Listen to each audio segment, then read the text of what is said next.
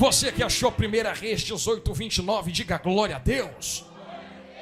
Assim está escrito na palavra do nosso Deus. E sucedeu que, passado o meio-dia, profetizaram eles até que a oferta de manjares se oferecesse. Porém não houve voz, nem resposta, nem atenção alguma.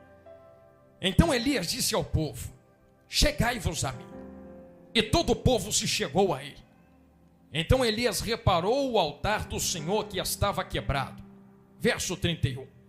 E Elias tomou 12 pedras conforme o número das tribos dos filhos de Jacó, a qual veio a palavra do Senhor dizendo: Israel será o seu nome. Verso 32, não se canse.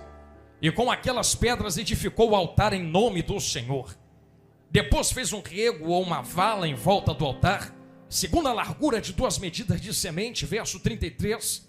Então armou ali a lenha, dividiu o bezerro em pedaços, pôs sobre ele a lenha, pôs sobre a lenha, e disse: enchei de água 4 cântaros, derramai sobre o holocausto e sobre a lenha.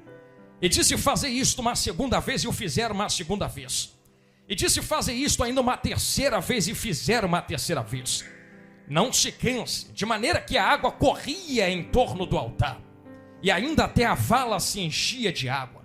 Verso 36, para finalizarmos. Sucedeu, pois, que oferecendo-se a oferta de manjares, o profeta Elias se chegou e disse: ó Senhor Deus de Abraão, de Isaque e de Israel, manifeste hoje que tu és Deus em Israel, e que eu, e que nós somos teus servos, e que conforme a tua palavra é que eu fiz todas estas coisas. E quem entendeu, diga amém. Pode tomar vosso assento, que Deus lhe abençoe, meus irmãos. Glória a Deus. Deus é bom e a sua misericórdia dura para sempre.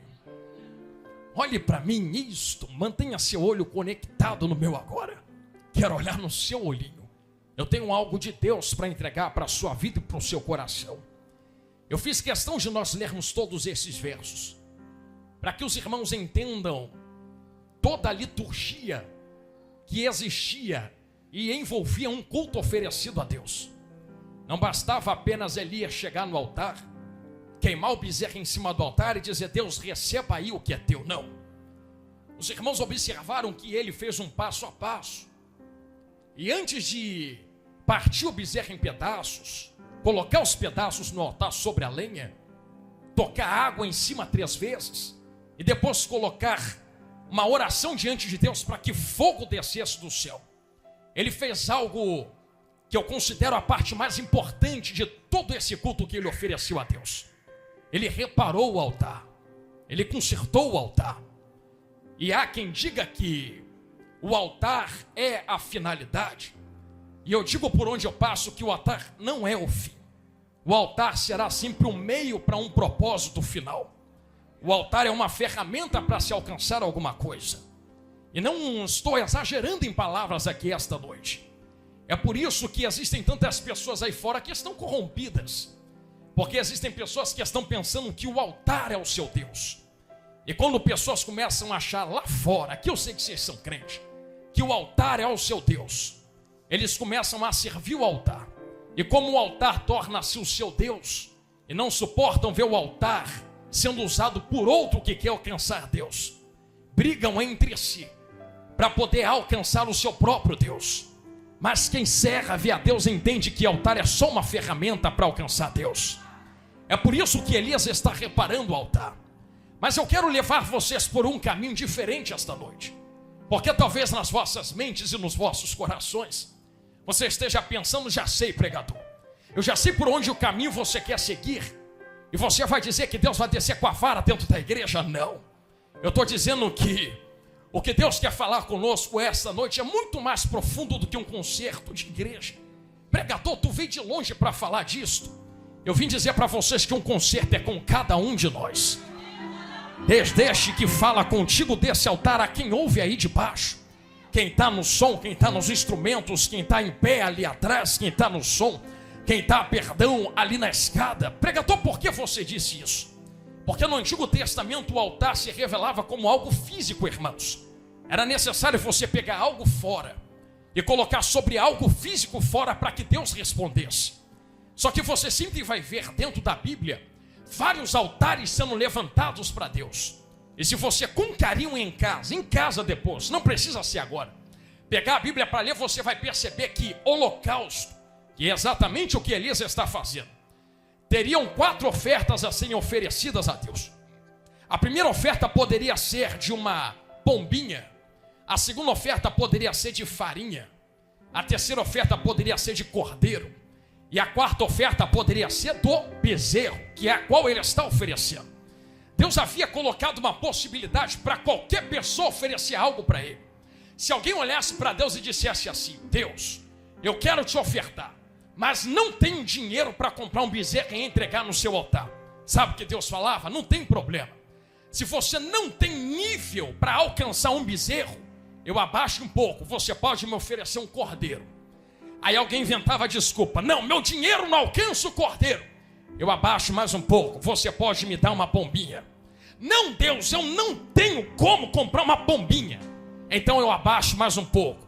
Tira da tua comida a tua farinha e entrega no meu altar, porque essa será a adoração a mim. Jonathan, você está falando de dinheiro? Não. Eu estou dizendo que Deus sempre deu possibilidade de fazermos alguma coisa para Ele. E existem pessoas que sempre dão desculpas para Deus: Deus, eu não consigo. Mas observou que Deus sempre ofereceu vários caminhos para que pudéssemos entregar algo no altar dele. Deus, eu não alcanço o nível que fulano alcançou. E Deus diz: nunca te pedi para alcançar o nível de fulano. Eu te pedi para entregar o que está dentro das tuas possibilidades. Porque tem gente que olha para pessoas que oram demais, que pregam demais, que cantam demais. Se você vê alguém marchando no meio desta igreja até o findar deste sermão, você vai dizer: nossa, eu queria ser igual fulano marchando assim. E quem disse que Deus quer que você seja igual fulana, ciclana, beltrana? Se tu não pode dar o bezerro que ele ou ela está oferecendo, por que tu não diminui para um cordeiro, para uma pombinha, para uma farinha e entrega alguma coisa para Deus aqui dentro esta noite? Tem gente que vai sapatear, tem gente que vai dar um pulo da cadeira igual o pastor Silvio acabou de dar. Mas tem gente que diz: não, eu não consigo dar pulo. Mas tu tem uma lágrima, tu tem um glória, tu tem um aleluia, tu tem uma língua estranha, tu tem uma marcha, tem ou não tem? Tu tem um levantar de mão para colocar no altar. Tu sempre tem alguma coisa para oferecer a Deus. Então, com carinho, irmãos, não me venha com essa desculpa de que tu não tem nada para entregar para Deus aqui esta noite. Ah, Jonathan, você está falando isto porque você não está passando o que eu estou passando. Então vem de Bíblia comigo, porque eu quero te inserir dentro do texto. Nós estamos olhando para Elias reparando o altar. E o altar que Elias está reparando, consertando, não é o altar que foi se oferecido o sacrifício um pouco antes. Existiam 2 altares no texto. Um era o altar para Baal, o outro era o altar de Deus. No altar de Baal, você leu comigo, eu fiz questão de ler contigo o verso 29. Não houve resposta, não houve voz, não houve nada, a ponto de Elias, um verso antes, olhar para os profetas de Baal e zombar deles, e dizer assim: grita mais alto, porque quem sabe o Deus de vocês não esteja dormindo. Mas quando chega a vez de Elias, eu vou falar isso aqui com calma. Primeira coisa que ele faz é começando a reparar o altar de Deus. E aqui começamos a entender o nível que Israel estava. Enquanto no altar de Baal se oferecia tantas coisas, o altar de Deus estava quebrado e foi necessário uma reparação. Antes de se oferecer, Jonathan, tá pesado, calma irmão, vamos chegar lá. Antes de se oferecer uma oferta sobre o altar de Deus, e depois que Elias repara o altar de Deus, ele começa partindo o bezerro em vários pedaços. Existe um outro segredo dentro desse texto, porque um bezerro, olha aqui no meu olho irmão, eu vou falar isso com calma.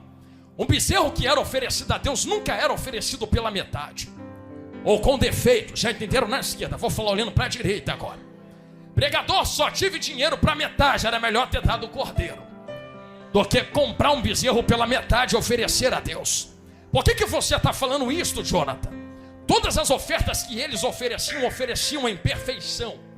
Deus não aceitava pela metade, Deus não aceitava com defeitos.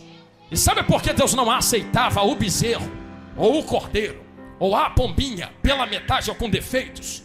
Porque quando Deus respondia, não respondia pela metade. Entenderam na direita? Olha lá atrás, entenderam também. Aqui no meio também, vocês estão ligados. Porque quando Deus descia na terra para mover a mão, não era só uma mão, eram as duas. Quando Deus mandava poder, não era só pela metade.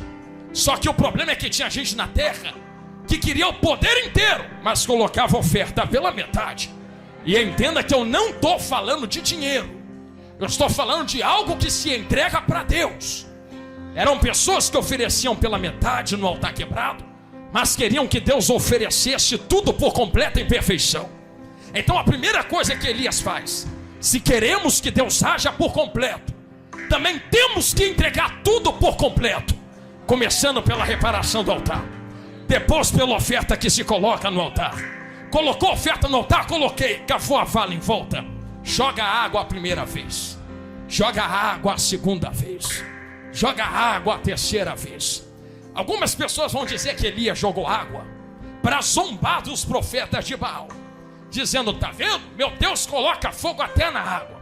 Eu não dispenso essa teoria, mas existem alguns estudiosos que dizem que Elias colocou água sobre o altar porque diante do sacrifício de Baal existia engano em Israel.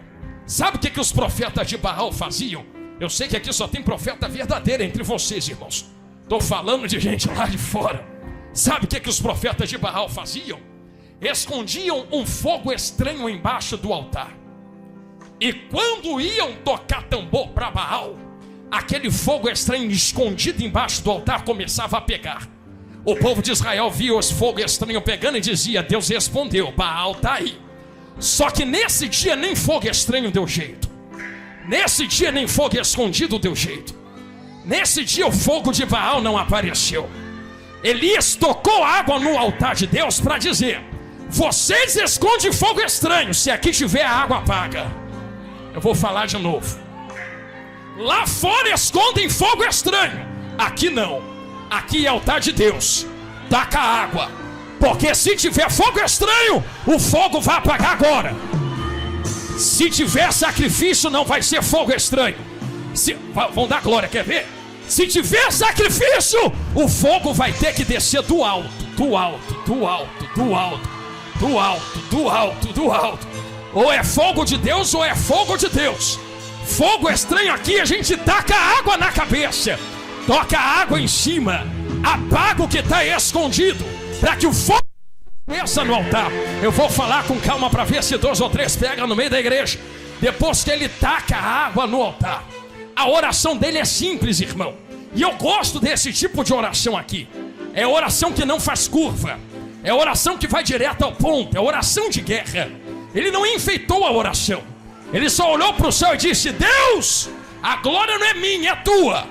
Quem vai sair daqui com a glória na mão é tu. Então para provar que tu é Deus, já estão começando a entender, olha lá. Para provar que é tu quem fez essas coisas, já que tu levantou a mão, segure a mão de quem está do teu lado aí, crente. Eu senti fogo de Deus descer aqui agora. No miteia ravando quiebria. Se tiver fogo estranho, vai ser apagado na água agora.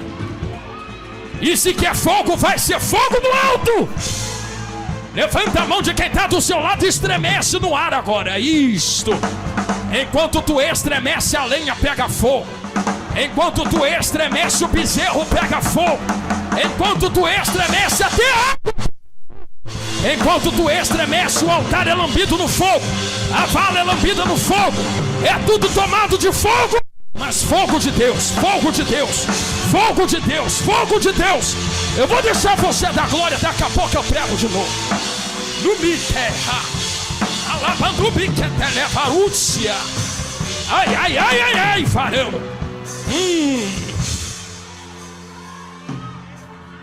É Jesus amado. Lumiteia Ravanuque Telemita. Quem está comigo, diga glória a Deus. Então vamos seguindo, irmãos, pois há algo que Deus deseja liberar aos vossos corações. Não havia fogo estranho no altar de Deus. Havia fogo de Deus que descia do alto. fogo provado. Nem a água conseguiu interromper o fogo que desceu do alto. Eu vou dizer, está aqui com carinho, olhando nos vossos olhos.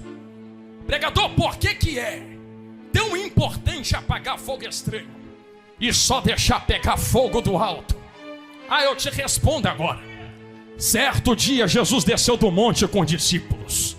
Quem é de Bíblia vai entender rapidinho, já entendeu, já leu, né? Quando desceu, chegou um homem, pai de um menino endemoniado. Chegou em Jesus correndo e: me ajuda, Senhor. Já entendeu, varão? Eu imagino Jesus, o que foi, rapaz? Jesus, existe um espírito maligno, um demônio, que quando toma o meu filho, lança ele no fogo. E voltando-se no fogo, o demônio não desprende até deixar ele todo quebrado. E Jesus, sei que vai doer, mas vai curar. Eu trouxe ele nos teus discípulos. Os teus discípulos oraram, impuseram as mãos, gritaram. Te lembra nada em Elias, não? Bateram tambor, ficaram sapateando, e o demônio começou a zombar da cara deles, como se dissesse: daqui eu não saio, daqui ninguém me tira, daqui ninguém me arranca. Sei que só tu pode, Jesus. Mas Jesus foi na veia. Jesus já começou: demônio, sai daí! E o demônio teve que sair. Alguém coçou a cabeça e falou assim: Jesus, por que tu conseguiu e nós não? Jesus já começou cortando na raiz. Tem demônios.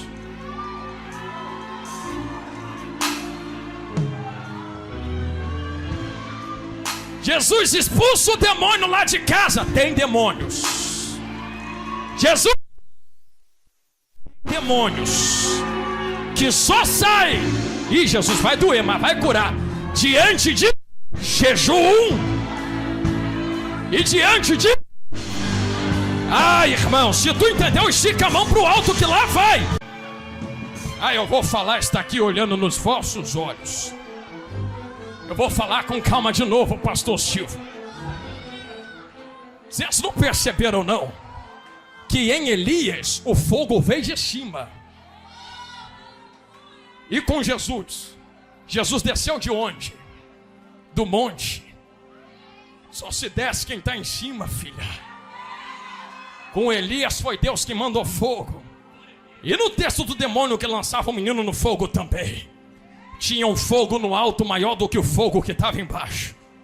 E quando o fogo do alto veio descendo do monte, o demônio teve que bater em retirada da família daquele homem. Eu vou profetizar de novo. Vou dar uma outra oportunidade a quem quiser receber esta palavra. Aonde houver demônios escondidos trabalhando contra a nossa casa, contra a nossa família e parentela, vida financeira, espiritual, material, meu Deus, virou o ano de 2022 dizendo: tudo vai dar certo. Já entrou 2023 e ainda está tudo amarrado. Aonde houver um demônio escondido, a água vai ser lançada no fogo dele agora. Eu vou dizer quietinho, quer ver? Já vejo no meio da igreja fogo que desce do alto. E esse fogo tem nome. E o nome dele é Leão de Judá, Raiz de Davi, Jesus grandão da Galileia. Olha como é que ele está pegando altares ali na minha direita. Eu vou chegar lá. Olha a gente tomada de fogo lá na porta. Olha a gente tomada de fogo aqui na esquerda. Existe um altar. Quem está comigo diga glória a Deus. Um altar que foi reparado e o fogo de Deus desceu. E talvez você esteja dizendo: já sei, esse altar é a igreja. Eu digo: não, repito, são as nossas vidas. Aonde você prova isso, evangelista Jonathan Carlos? Vocês lembram de Jesus entrando dentro do templo? Quando Jesus entra no templo, a primeira coisa que ele faz, olhando que todos estavam vendendo coisas dentro do templo, ele pega um azorrague. Irmão, às vezes é difícil pregar esse texto, eu sei, mas você me ama. Ele pega um azorrague. E aí fora, sabe o que falam de Jesus?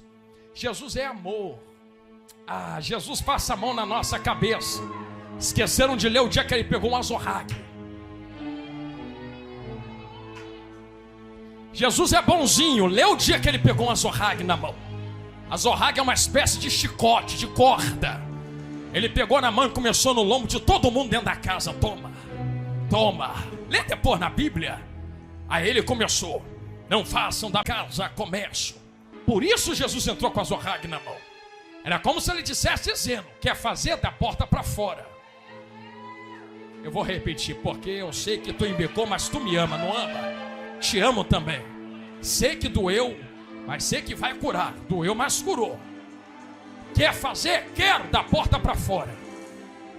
Da porta para dentro, não. Vi gente até passando a mão na cabeça.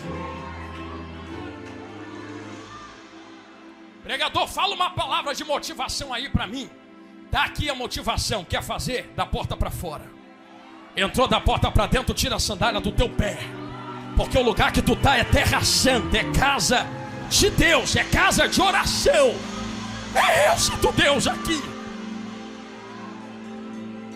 Ah, porque eu não consigo largar. Ah, porque eu não consigo fazer. Ah, porque eu não consigo tirar as mãos. Da porta para fora. Se entrou da porta para dentro, dá o teu jeito de largar fora, para se envolver com as coisas de dentro. Jonathan, estou gostando dessa palavra. Não, te amo do mesmo jeito.